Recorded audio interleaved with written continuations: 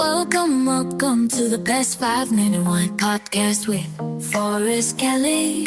We need to make this vineyard fantastic. Otherwise, we need to rip it out because I'm tired of working with underripe, difficult to use fruit. The Best 5 Minute Wine Podcast. Dry farmed. Now, not only does that mean that you don't use any excess non-natural watering, but the minimal mowing. This is what I love too, because you're worried about bugs. Now, fill us in about that. Oh, certainly. I mean, there are plenty of bad bugs out there, but there are plenty of good bugs that eat the bad bugs. So the more that you disturb the land, the more you disturb any sort of bug population that could be, in your, inter-row planting, whatever sort of cover crop you have there. So putting in cover crops that, don't require a lot of mowing or mowing less if they do require it, keep those bug populations higher for the ones that are actually going to help us fight against, we've got a bug out here called the grapevine berry moth, but there are other bugs that can help eat that and to keep those populations under control, which just means less spray and less tractor passes, which is less soil compaction, which then allows for more bugs. It's all this cyclical nature of sustainability within a vineyard. It's not just a no spray or no mowing means everything's better. Everything has to fall into its own cycle. And you do this all on site with the family and the staff. You do everything. You don't outsource anything. Nope. It's all grown and made right here with our staff and our team. Yep. How many wines do you have? You produce 6, 10, 50, 100? How many? We're at 12 right now, okay. Which is a nice manageable number. We've got 3 more. We've got a Merlot coming out in about a month. And then we have 2 more Bordeaux blends coming out in about 8 months. The whole thing started in 2024, right?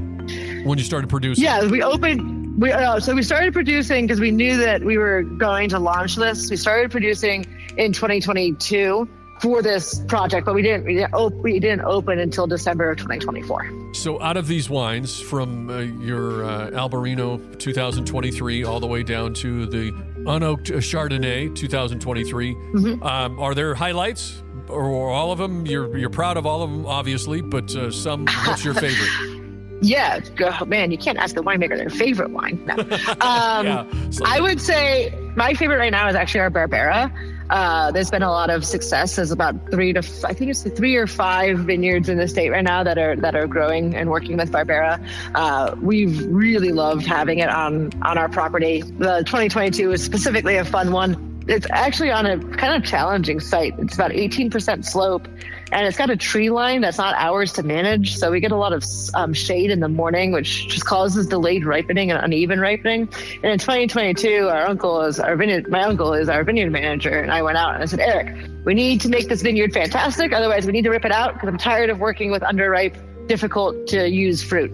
And so he went and trimmed all the vines down to 6 clusters per vine. So we lost over half of it, but it just ends up this big, punchy, bold Barbera that's at this point, now almost 2.5 years old. It's just so smooth, and the red fruits just pop like no other. It's a wonderful wine, But I think from the nerdy part, my favorite to talk about is the Blanc de Blanc and our Pet Nat.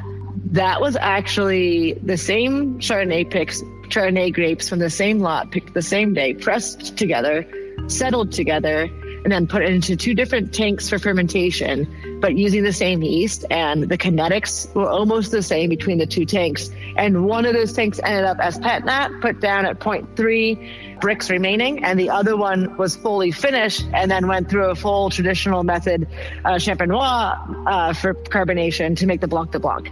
So basically, it's an experiment about 2 different ways to take one lot of fruit and turn it into 2 completely different styles of sparkling wine. That's the nerd experiment person inside of me.